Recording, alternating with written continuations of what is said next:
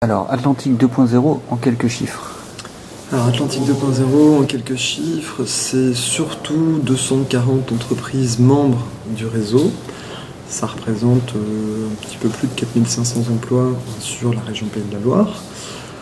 C'est une cantine de 450 mètres carrés qui accueille 180 événements par an et à peu près une vingtaine de personnes tous les jours qui viennent travailler chez nous. Donc, des freelances, des porteurs de projets, des télétravailleurs.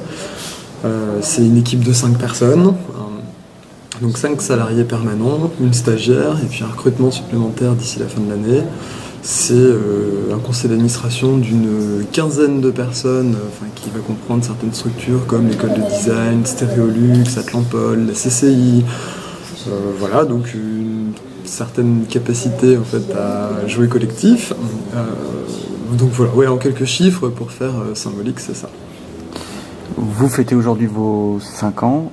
Quelles sont les perspectives pour Atlantique 2.0 ? Alors, c'est effectivement l'anniversaire de l'association. Ça fait 5 ans, cette semaine, qu'on a déposé nos statuts à la préfecture. Les perspectives, après 5 ans, effectivement, c'est un moment un peu important de la vie d'une association. On fait un point, on fait un bilan, et puis on se projette sur les 5 années à venir.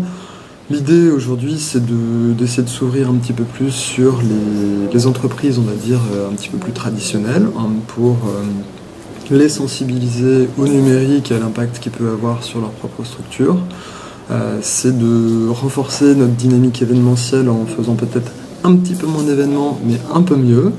C'est de continuer à ancrer la cantine sur le territoire, s'ouvrir à plus de porteurs de projets, mieux les repérer, mieux les accompagner. C'est aussi, bien sûr, cette envie en fait, de continuer de travailler sur notre événement annuel qui s'appelle le Web Today, qu'on a envie de faire passer à un niveau européen, voire mondial, et plus seulement franco-français. Donc tout ça, c'est du travail, c'est de la recherche de partenaires, c'est continuer le boulot qui est engagé en essayant de faire ça dans un esprit un petit peu plus ouvert que ce qu'on faisait jusqu'ici, avec plus de gens mobilisés en fait, autour de l'association. La perspective, c'est vraiment ça.